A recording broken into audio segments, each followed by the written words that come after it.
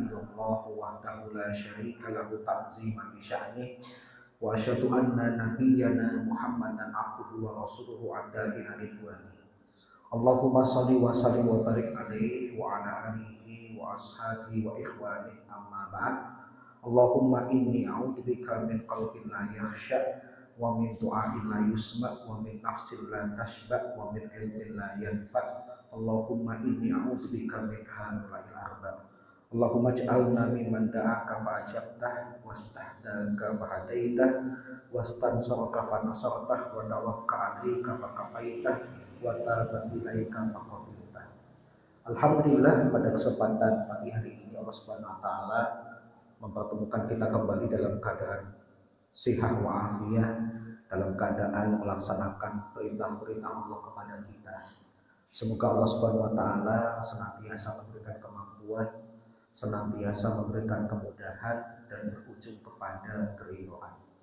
Bapak dan Ibu yang semoga dirahmati oleh Allah Subhanahu wa taala, kajian kita pada pagi hari ini adalah tafsir maudhu'i, tafsir tematik.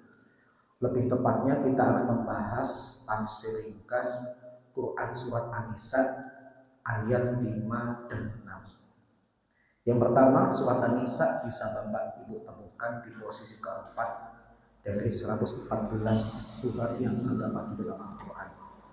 Allah Subhanahu wa taala di dalam ayat ini berkata, "Wala tu'tus sufaha'a amwalakum allati ja'alallahu lakum qiyama warzuquhum fiha wamsuhum wa qulu lahum qawlan ma'rufa.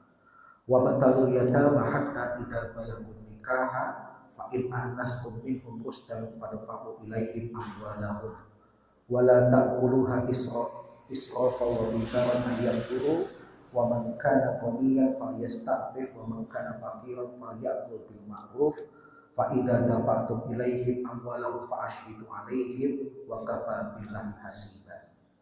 Allah Subhanahu wa taala berkata dalam An-Nisa ayat 5 sampai 6, "Dan janganlah kamu serahkan kepada orang-orang yang belum sempurna akalnya harta mereka yang ada dalam kekuasaanmu yang dijadikan Allah sebagai pokok kehidupan. Berikanlah mereka belanja dan pakaian dari hasil harta itu dan ucapkanlah kepada mereka kata-kata yang baik. Dan ujilah anak yatim itu sampai mereka cukup umur untuk kawin. Kemudian jika menurut pendapatmu mereka telah cerdas atau pandai memelihara harta, maka serahkanlah kepada mereka harta-hartanya. Dan janganlah kamu makan harta anak yatim lebih dari batas kepatutan, dan janganlah kamu tergesa-gesa membelanjakannya sebelum mereka dewasa.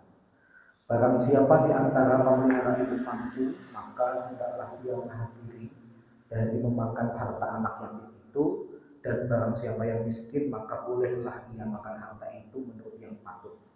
Kemudian apabila kamu menyerahkan harta kepada mereka, maka hendaklah kamu adakan sanksi-sanksi tentang penyerahan itu bagi mereka, dan cukuplah Allah sebagai pengawas atas persaksian itu. Yang pertama, apakah ayat ini ada sabab nuzulnya? Saya mengutip tafsir Al-Munir yang ditulis oleh Syekh Ad-Doktor Wahba As-Suhaili rahimahullah ta'ala, ternyata ada. Dalam tafsir Al-Munir, Syekh Wahba As-Suhaili itu berkata, "Nazalat fi Sabit ibn Rifa'ah wa fi ammi wa dalika anna Rifa'ah tufiya wa ta'aka ibnahu sabitan wa huwa shaghir fa'ata Abu Sabit ila Nabi sallallahu alaihi wasallam faqala inna bana akhi yatimun fi hujri fama yahilu li min malihi wa ma ta'afa ilaihi malahu fa'anzallahu ta'ala hadhihi." Ayat ini konon turun karena ada sebuah peristiwa yang berkaitan dengan seorang sahabat yang bernama Sabit bin Rifa'ah. Sabit bin Rifa'ah ini bapaknya meninggal, yang otomatis dia menjadi ahli waris dari harta bapaknya. Tapi masalahnya Sabit bin Rifa'ah masih kecil.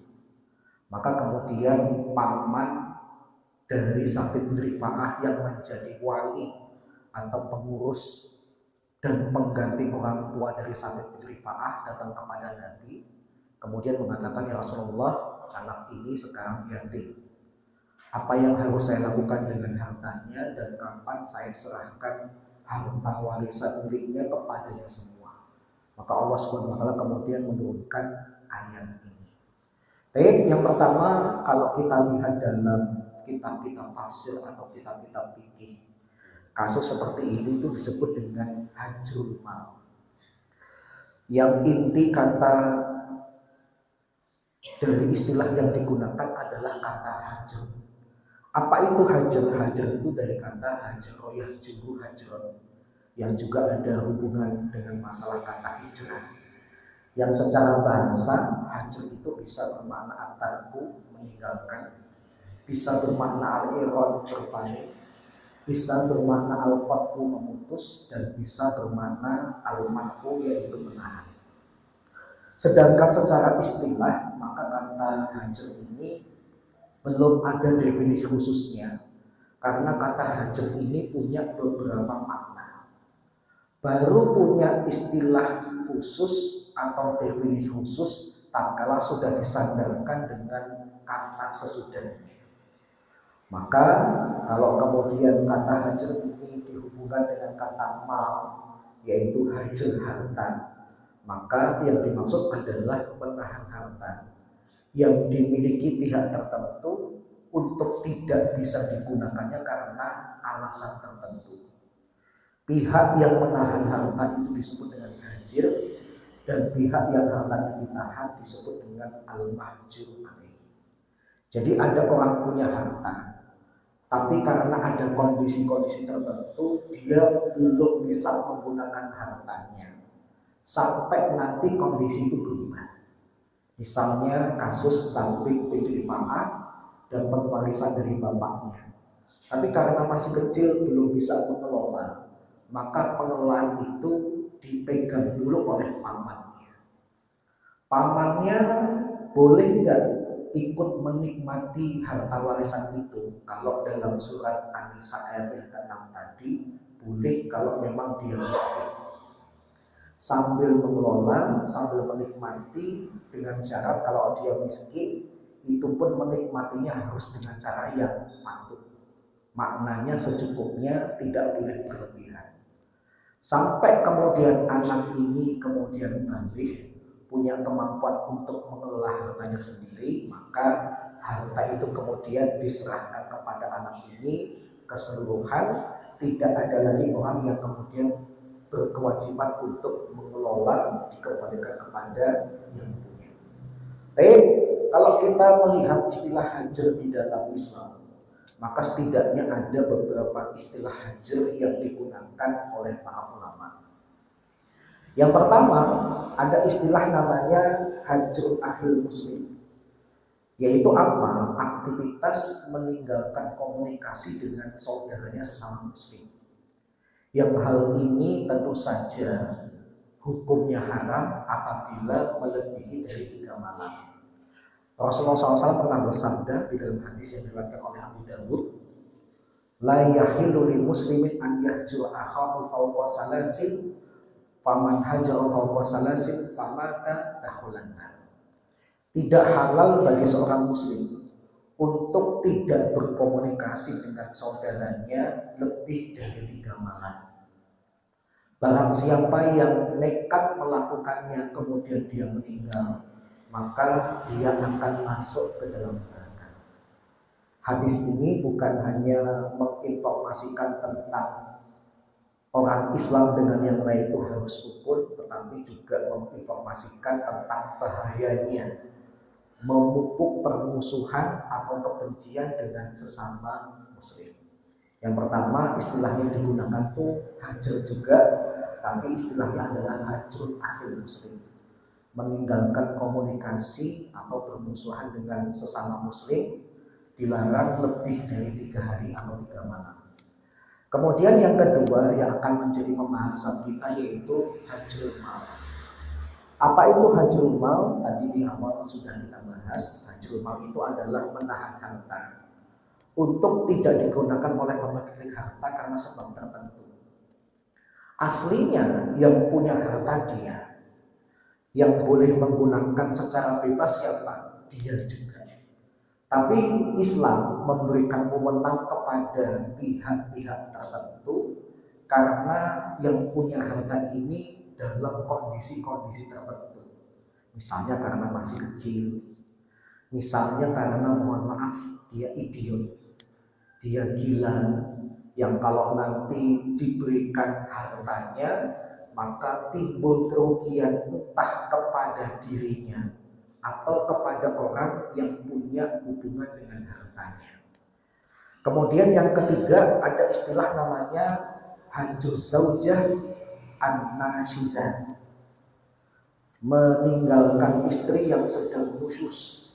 Ini biasanya terjadi kalau kaitannya dengan kehidupan rumah tangga. Ada istri yang tidak patuh kepada suami, kemudian suami memberikan hukuman kepada istrinya dalam rangka mendidik istrinya untuk kembali ke jalan yang benar. Maka kalau kita melihat dalam surat An-Nisa ayat 34, maka terapi yang pertama yang dilakukan suami kepada istri yang bandel itu apa? Pertama, dinasihati. Yang kedua, kalau nasihat itu ternyata belum juga mempan, maka pisah ranjang. Dan setelah pisah ranjang kok kemudian si istri masih bandel juga, nggak nurut juga kepada suami, maka Islam memperbolehkan suami memukul istri. Tentu saja dengan rambu-rambu yang belum pernah kita bahas. Di antaranya memukulnya tidak boleh meninggalkan bekas luka yang sangat sakit atau bahkan meninggalkan cacat. Tidak boleh pukulan itu dilakukan di wajah. Tidak boleh pukulan itu kemudian tujuannya untuk melampiaskan nafsu, karena tujuan pemukulan ini adalah untuk mendidik istri untuk kembali ke jalan yang benar. Maka istilah yang digunakan dalam fikih itu adalah hajjun az-zaujah an-nashizah, menghajar istri yang sedang diusus. Kemudian yang keempat yaitu hajjul mujahir bil maksiyah, melakukan hajar kepada orang yang terang-terangan berbuat kemaksiatan. Misalnya ketika Allah Subhanahu wa taala menurunkan surat At-Taubah ayat 118. Konon Nabi itu pernah mendiamkan 3 sahabat. Yang pertama Ka'ab bin Malik, yang kedua Murarah bin Murarah, kemudian yang ketiga Hilyah bin Umayyah. Kenapa Nabi mendiamkan 3 sahabat ini sampai 1 bulan sampai ayat ini diturunkan? Karena 3 sahabat ini tidak ikut dalam perang Tabuk. Nabi marah, kemudian menghajar mereka dengan cara tidak diajak ngomong, yang kemudian para sahabat yang lain ikut-ikutan Nabi. Nabi tidak mengajak ngomong kepada mereka, dan akhirnya sahabat yang lain ikut-ikutan, tidak mengajak ngobrol kepada mereka. Mereka merasa terkucilkan sampai Allah kemudian menurunkan surat At-Taubah 118 yang menunjukkan Allah menerima taubat mereka. Ini klasifikasi hajar yang terakhir atau yang keempat, hajar al-mujahir bil maksiyah. Kemudian kalau kita bicara tentang kembali pada hajar al-mal, hajarul mal, maka para ulama membagi hajar mal itu menjadi 2. Yang pertama, hajar mal untuk kemaslahatan mahjur alaih, untuk keselamatan orang yang punya harta. Ditahan dulu hartanya, tidak diberikan kepada yang punya harta. Yang kedua ada hajrul mal, hajrul mal untuk kemaslahatan pihak yang terkait dengan mahjur alaih. Jadi harta seseorang ditahan karena harta dia ada kaitannya dengan orang lain. Maka para ulama membagi menjadi 2 berdasarkan perkataan Allah dalam surat An-Nisa ayat yang ke-6. Kemudian siapa saja sih yang termasuk hajar untuk kemaslahatan mahjur alaih? Menurut para ulama ada 4. Yang pertama, ada pihak yang hartanya itu boleh ditahan. Kalau kemudian kasusnya yang punya harta itu adalah anak yang masih kecil alias belum balik. Karena anak kecil atau belum balik itu belum punya kemampuan mengelola harta, maka hartanya dihajar dulu, ditahan dulu, dikelola dulu oleh walinya. Dan tatkala anak ini sudah dewasa, punya kemampuan untuk mengelola hartanya sendiri, baru kemudian diserahkan kepada si anak ini. Yang kedua, siapa lagi yang hartanya itu boleh dihajar, ditahan? Yaitu orang gila. Karena orang gila tidak bisa membedakan mana yang baik, mana yang benar, mana yang baik buruk, mana yang benar, mana yang salah. Maka orang gila tidak boleh pegang harta. Kalau nanti pegang harta bisa menimbulkan kerugian pada dirinya. Ada orang gila kaya kemana-mana bawa duit puluhan juta, itu pasti dalam waktu singkat uangnya hilang.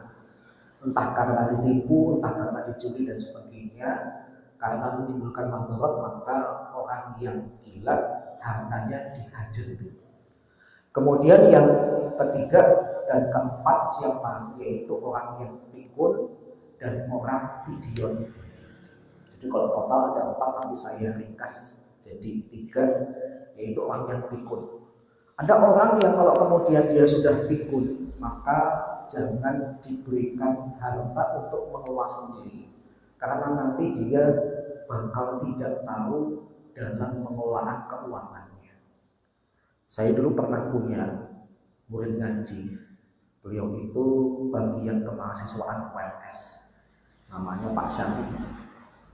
Setahun sebelum berangkat haji itu Allah memberikan cobaan, beliau stroke. Efeknya kemudian beliau itu sering lupa, sudah melakukan, merasa belum melakukan, dilakukan lagi. Di antaranya itu apa? Beliau itu ngomong kepada saya, Mas, tolong saya diringkaskan doa-doa untuk haji. Jadi besok ketika haji saya tinggal buka buku yang ditulis oleh Mas Hanan, nanti biayanya berapa saya tukar. Maka kemudian saya susunkan seringkas-ringkasnya, saya cari doa-doa yang paling mudah, yang penting sahih. Kemudian setelah jadi, saya kemudian serahkan. Saya cuma minta ongkos printnya saja. Sudah, sebelum ngaji kemudian sudah dibayar oleh Pak Syafi'i. Kemudian setelah ngaji itu ngomong lagi, Mas ini tadi habis berapa? Kalau saya kemudian tidak amanah, bisa aja saya kemudian bilang, ini tadi segini Pak. Maka kepada orang yang pikun, jangan dikasih harta. Karena saya kemudian melihat Pak Syafi'i kayak udah pikun, saya kemudian ngomong kepada istrinya, Bu Syafi'i, Bu mohon maaf, tadi ada kasus gini.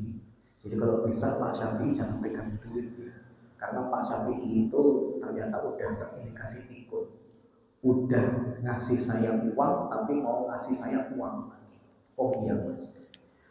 Tapi ternyata timbul permasalahan, Pak Syafi'i itu nggak mau diatur istri. Memang sebelum sakit itu kebiasaannya di kantongnya ada duit.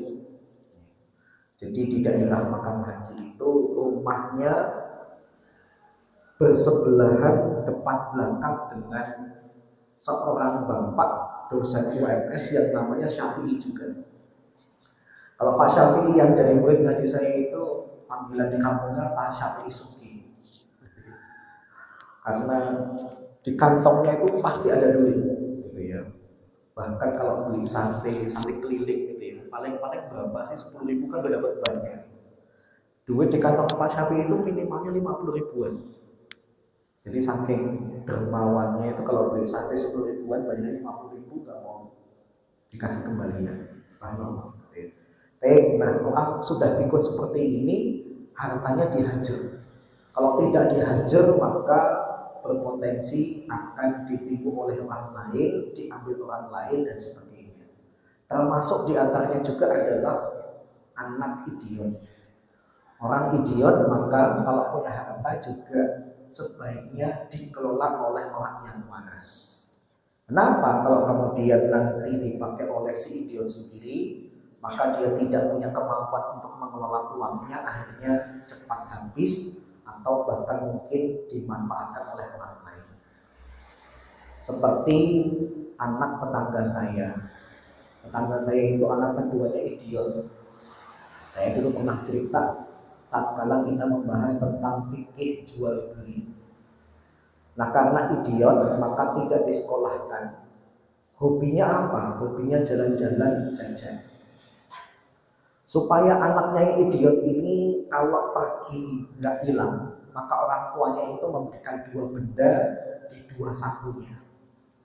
Di saku yang kanan alamat, di saku kiri uang jajan.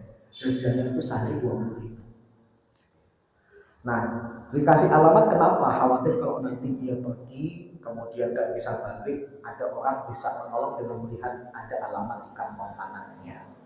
Dan kalau anak ini jajan, maka sudah ada uang.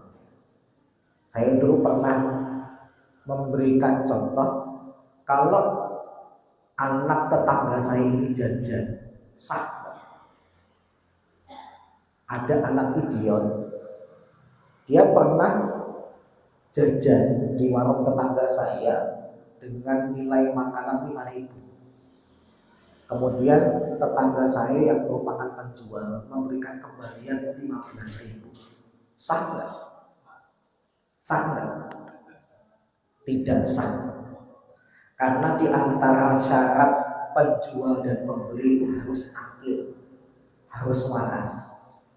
Kalau salah satu atau keduanya tidak waras, maka transaksi jual belinya tidak sah. Supaya sah gimana? Tetangga saya ini biarkan si anak ini ngambil makanan. Dilihat saja makanan yang diambil apa, harganya berapa. Setelah itu kalau dia ngasih duit ditolak. Tapi nanti tetangga saya mendatangi rumah orang tuanya kemudian bilang, Bu, tadi anaknya ngambil jajan di warung saya harganya 5.000. Maka orang tuanya yang bayar 5.000. Terjadi transaksi antara akil dengan akil, waras dengan waras, sah. Paham ya? Di antara rukun jual beli itu adalah harus ada akil dengan akil. Masalah jujur itu etika. Paham ya? Kalau syarat dan rukunnya itu diantaranya harus waras. Jadi bukan masalah 20.000 diambil 5.000 kembali 15.000, itu jujur. Tapi ternyata sebelum kejujuran itu ada syarat dan rukunnya, yaitu apa? Penjual dan pembeli harus waras. Salah satu atau keduanya tidak waras, tidak sah. Yang jual idiot, yang beli idiot. Transaksi sah nggak? Sah nggak? Sama-sama idiot transaksi. Wong satu saja yang idiot gak sah, apalagi dua-duanya. Paham ya? Kemudian yang selanjutnya, hajar untuk kemaslahatan pihak yang terkait dengan mahjur alaih. Jadi harta seseorang ditahan karena harta seseorang ini ada hubungannya dengan orang lain. Misalnya hartanya siapa? Hajar harta muflis. Orang yang merugi atau pailit. Orang yang pailit atau mengalami kerugian, maka sisa hartanya itu tidak boleh diserahkan kepada dia, tetapi diamankan untuk mengembalikan utangnya, supaya piutang itu kemudian terlaksana. Kalau nanti udah dia bangkrut, sisa duit dia yang megang, maka ada kemungkinan dia tidak akan membayar utangnya. Maka kasus orang yang pailit, bangkrut, tapi masih ada sisa harta itu hukumnya dihajar.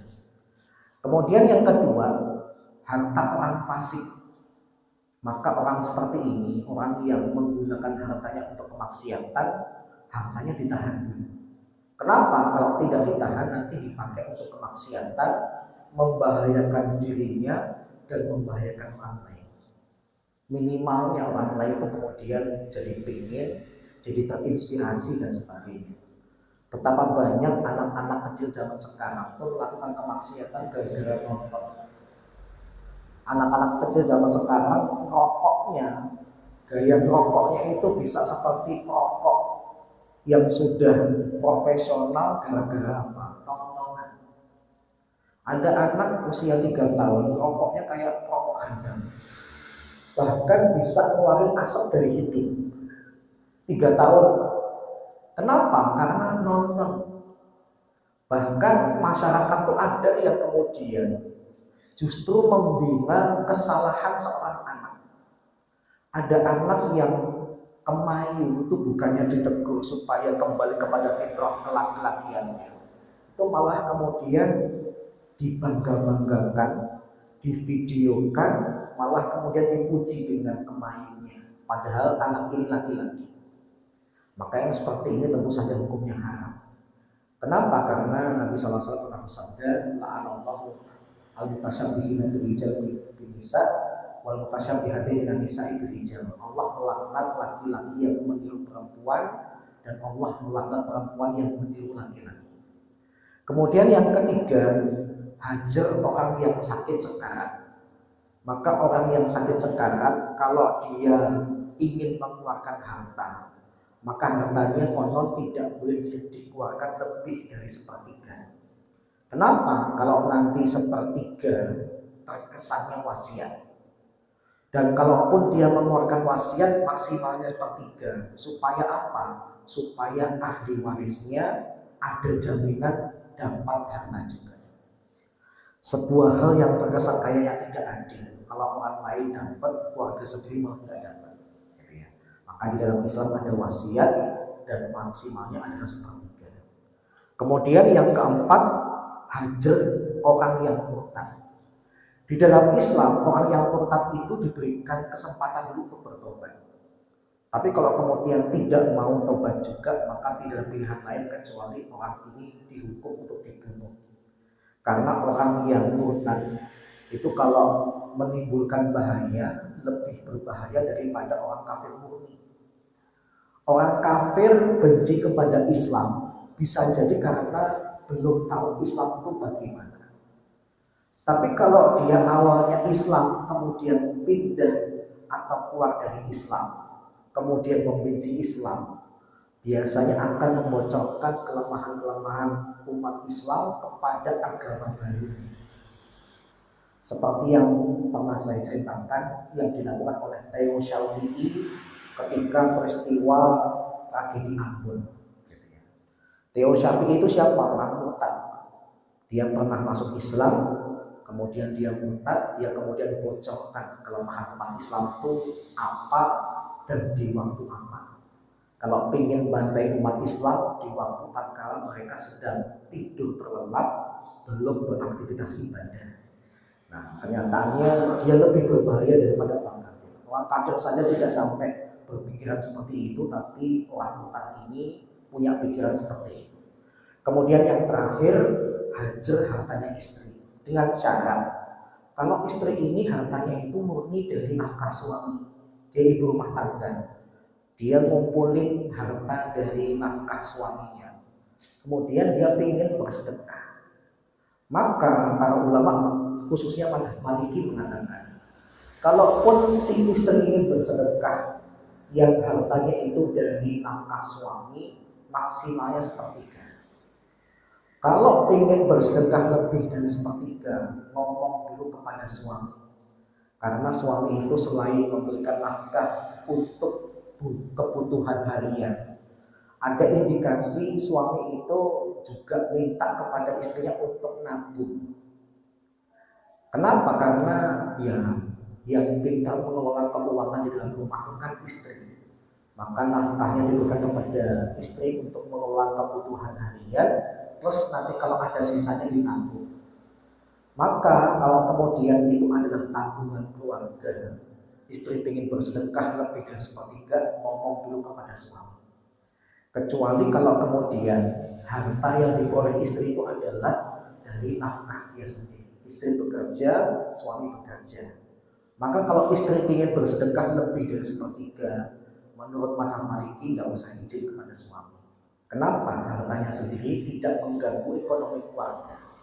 Tapi kalau cuma dari nafkah suami yang suami nitip sebagian untuk ditabung, kok tabungan itu malah digunakan untuk keperluan yang lain, pasti menimbulkan konflik kalau tidak izin terlebih dahulu. Inilah pembahasan kita, yaitu hajrul mal berdasarkan perkataan Allah di dalam surat An-Nisa ayat 5-6. Moga-moga bermanfaat. Kurang lebihnya mohon maaf. Mungkin sisa waktu kalau ada pertanyaan saya persilakan.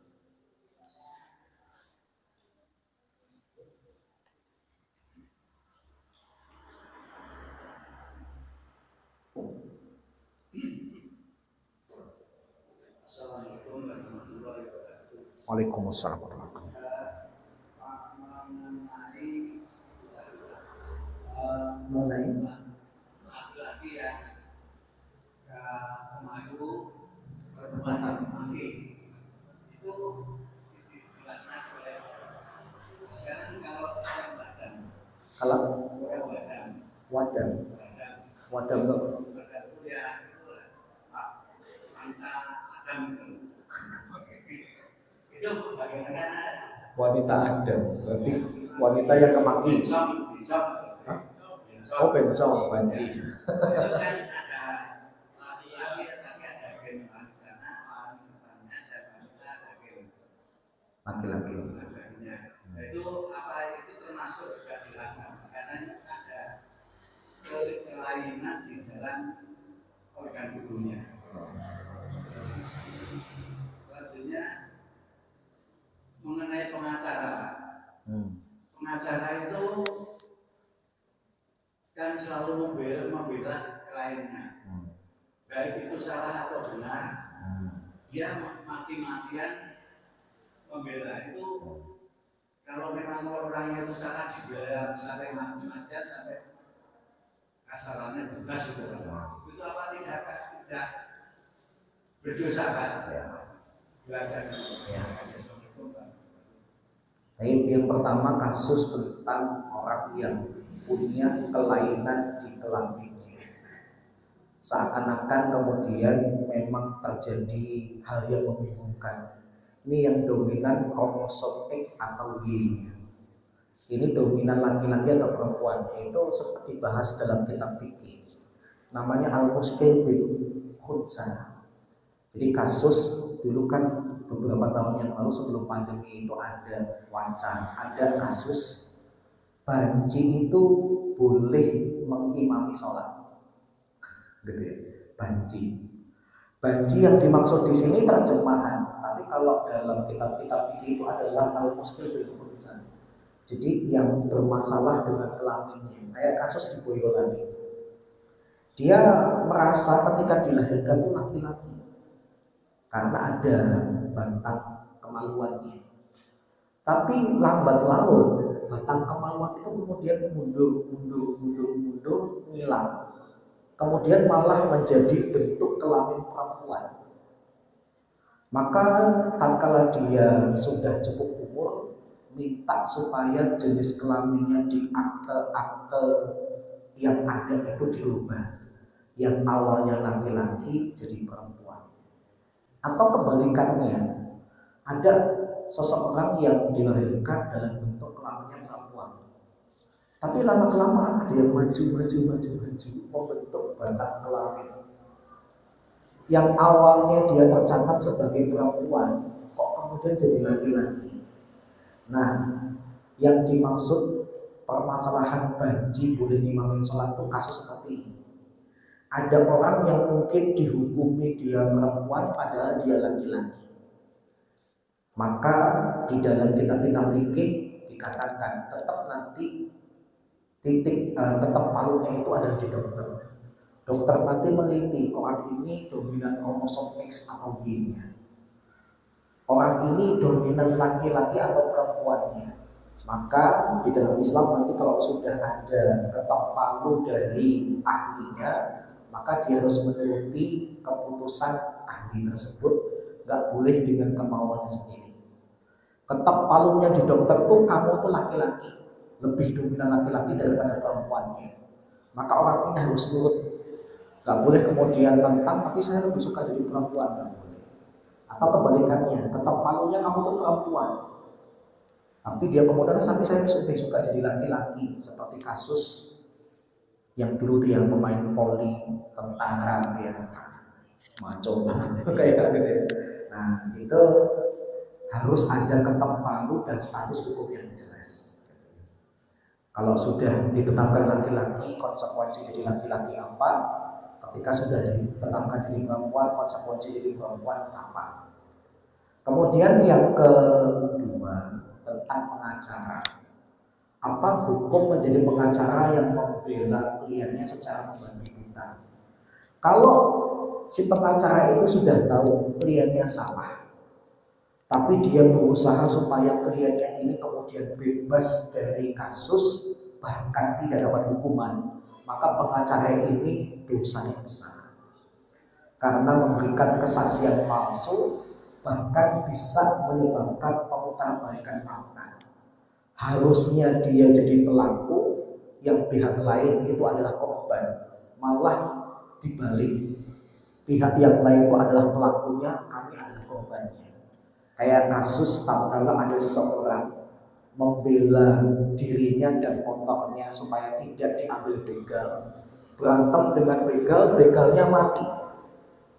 Dalam hukum Indonesia itu malah yang membela hartanya itu dikatakan jadi tersangka. Si begalnya korbannya.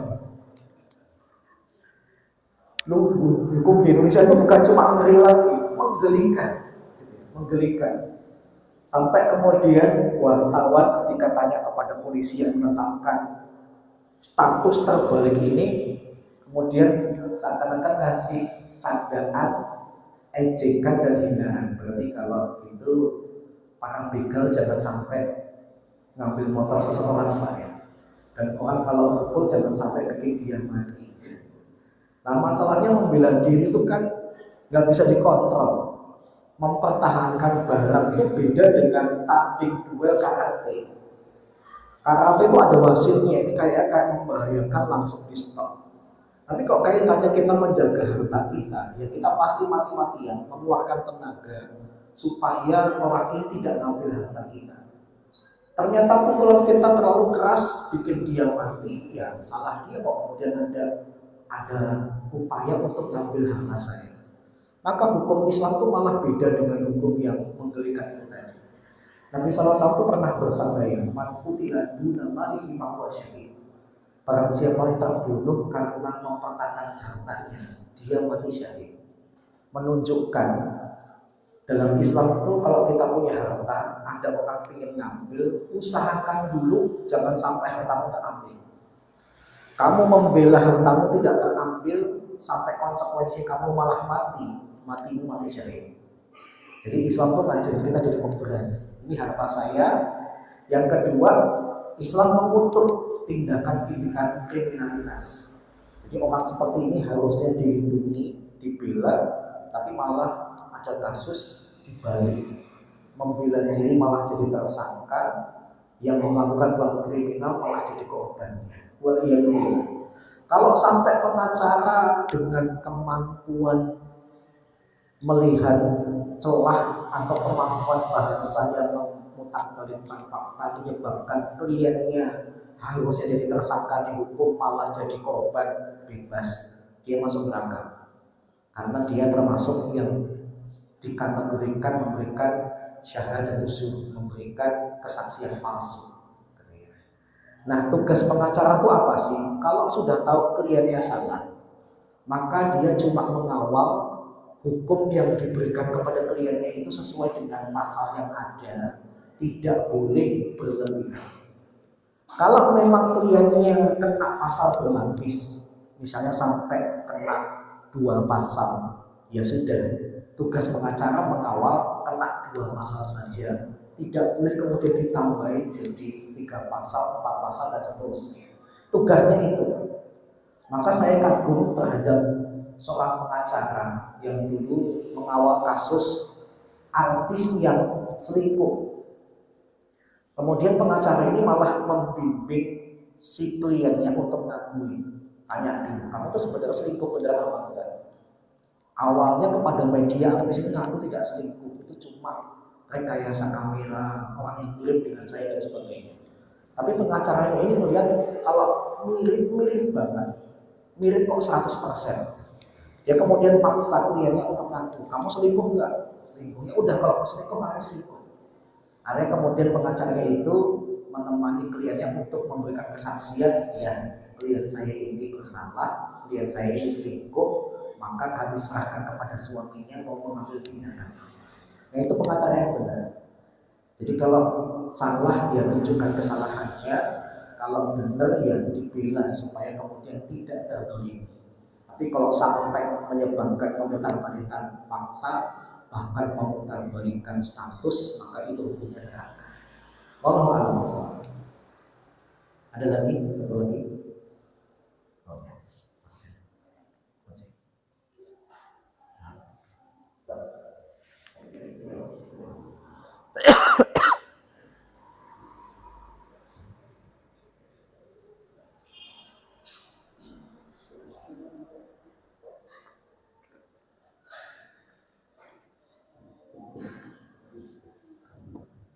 Assalamualaikum warahmatullahi wabarakatuh. Waalaikumsalam warahmatullahi wabarakatuh.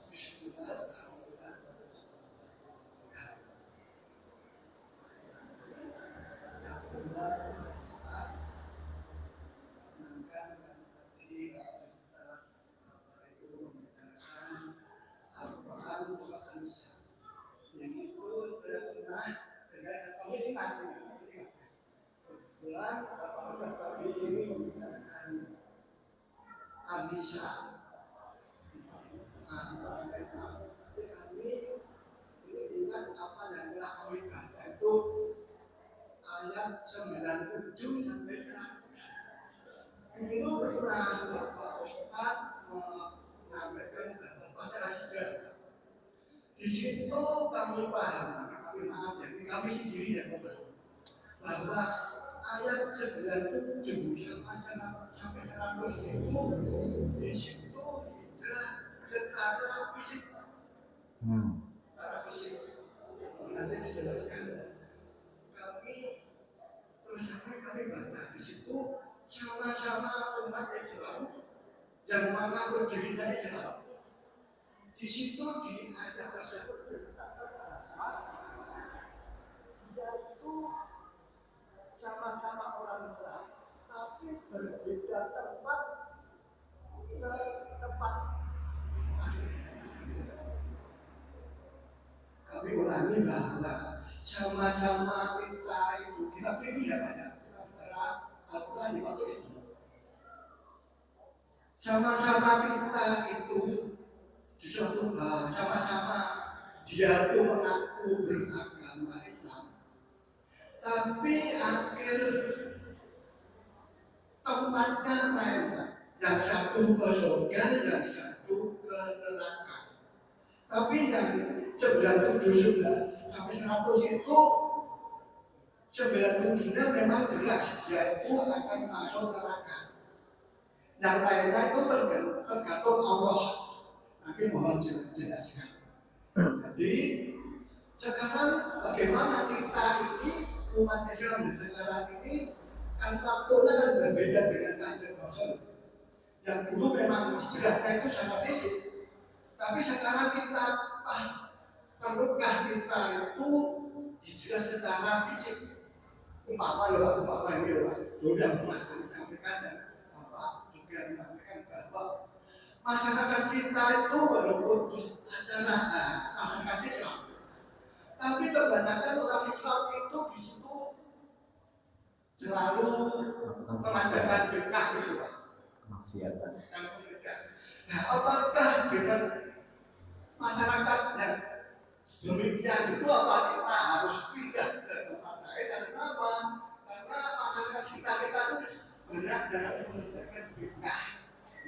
Padahal bid'ah itu kan kita kan tidak diterima pada semua amal. Termasuk amal kebaikan dan berarti kan kita tidak punya sama sekali amal. Sehingga kan kita bisa masuk neraka. Jadi sekali lagi Bapak, 97 jelas itu umat Islam jelas masuk neraka. Yang lainnya itu nanti tergantung Allah. Nah, yang kami tanyakan apakah perlu bagaimana solusinya?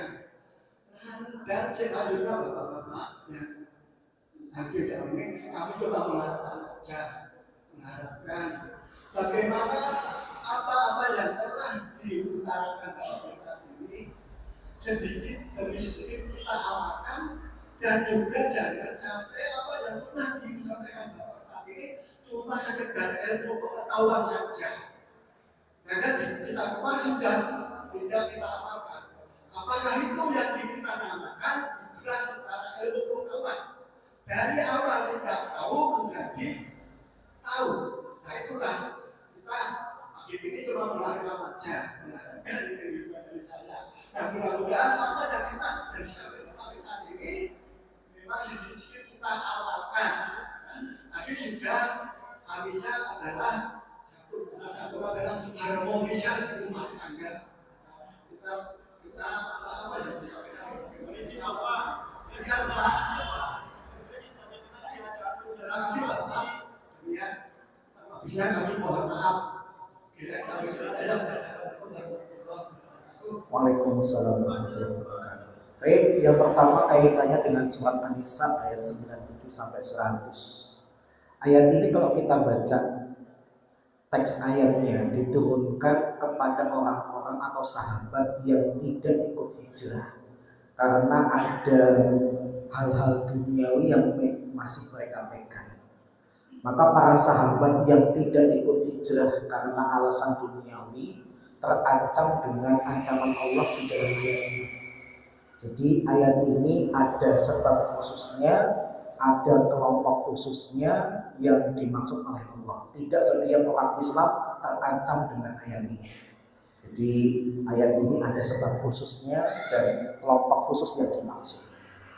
Kemudian yang kedua, hijrah itu memang maknanya kan luas. Hijrah bisa bermakna yang berpindah atau meninggalkan itu adalah hati, bisa lisan, bisa fisik. Nah, apakah kemudian setelah hijrahnya nanti itu perlu juga ada hijrah fisik? Sebagian ulama mengatakan tidak, karena Nabi SAW itu pernah bersabda, la hijrata ba'dal fath. Setelah peristiwa Fathu Mekah ini, kalian tidak perlu hijrah lagi. Tapi yang dimaksud dengan sabda Nabi itu adalah jaminan keamanan dari Nabi.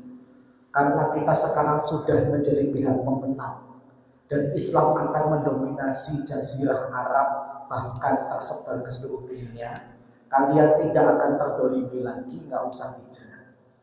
Tapi kalau kemudian kasusnya di mana seperti yang dialami oleh saudara-saudara kita di Suriah, Rohingya dan sebagainya, kalau mereka tidak pindah, mereka akan dibantai, dibunuh. Maka dengan tidak hijrah itu sama saja bunuh diri. Paham ya? Maka hijrah itu kata para ulama tetap berlaku sampai yaumul qiyamah. Ada kalanya hijrah tidak perlu fisik, tapi dalam kondisi tertentu memang harus dengan fisik. Nah, kalau terkait dengan kondisi lingkungan yang kita merasa keagamaan kita nanti terganggu itu tergantung juga dengan sikap kita dan kondisi bahaya yang menimpa diri kita dan keluarga kita. Kalau bid'ah yang terjadi di masyarakat itu masih sifatnya bid'atun basitoh, bid'ah yang sederhana, maka gak usah meninggalkan kampung halaman. Justru tugas bapak dan keluarga adalah mendakwai bid'ah itu supaya ditinggalkan oleh masyarakat. Bapak Allah hadirkan di tempat yang orang-orang banyak melakukan bid'ah. Bisa jadi hikmahnya adalah Bapak menjadi perubah bid'ah itu. Bukan kemudian malah ketika ketemu kondisi yang tidak baik, wah gak bagus pindah, gak bagus pindah. Mau sampai berapa tempat nanti kita pindah. Tapi kalau kemudian bid'ah itu sampai bid'ah yang kabirah, bid'ah yang sampai bisa mengarah kepada kesyirikan, bid'ah yang kemudian sampai meninggalkan sunnah, bid'ah yang kemudian sampai menyebabkan pelakunya mengagung-agungkan bid'ahnya dibandingkan ajaran Islam yang murni, dan ini sifatnya dipaksakan kepada masyarakat, padahal ada masyarakat yang tidak sependapat, maka boleh hijrah kalau memungkinkan. Saya sendiri dulu ketika berada di sebuah komunitas yang hobinya tahlilan dan yasinan, dalam keyakinan saya pribadi, saya tidak ikut yasinan dan tahlilan. Tapi dalam rangka memberikan edukasi biar mereka menghormati saya. Kemudian karena saya sudah menghormati mereka, saya datang. Tapi saya nggak baca. Saya di luar, di ruang tamu main HP atau baca Al-Quran sendiri. Bahkan saya pernah mengalami kondisi di mana ketika saya diundang yasinan setiap pekan, saya itu harus memaksakan diri saya. Sebelum diundang yasinan itu, saya minimal harus sudah baca Al-Quran sampai surat As-Saffat. Surat sebelum surat Yasin. Sehingga ketika saya baca Yasin, dohir dan niat saya itu apa? Melanjutkan bacaan Al-Quran, bukan untuk ikutan ritual membaca Yasin dalam momen-momen tertentu. Karena mereka sudah melihat itikat baik saya tidak sependapat tapi tetap menghormati. Pelan-pelan kemudian sekali saya tidak hadir, mereka diam saja. 2 kali tidak hadir, mereka diam saja, ya sudah, saya kemudian tidak hadir sama sekali. Jadi saya punya etika dalam bermasyarakat. Kadang-kadang memang masyarakat itu suka memaksa. Kayak misalnya kemarin 17-an itu saya di dalam tanda kutip ditembak. Mas Hanan nanti harus tampil. Tampil apa? Nggak mau, gitu ya.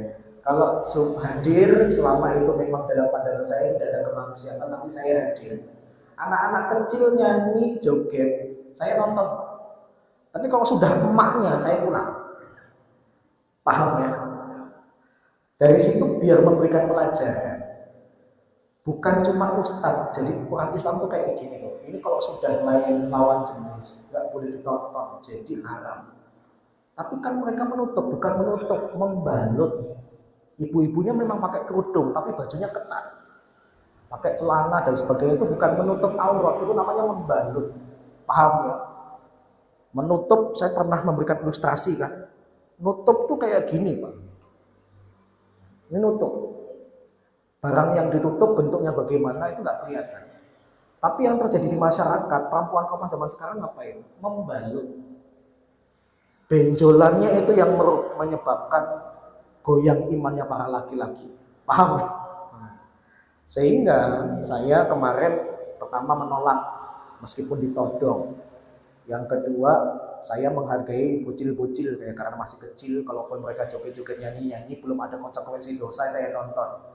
Jadi kalau sudah orang balik, orang balighah dan sebagainya kok kemudian ada unsur kemaksiatan dalam pandangan saya kemudian pulang. Gitu. Jadi ada cara saya untuk negur masyarakat. Bahkan ketika saya pulang itu kemudian ditanya, kemana Ustaz pulang?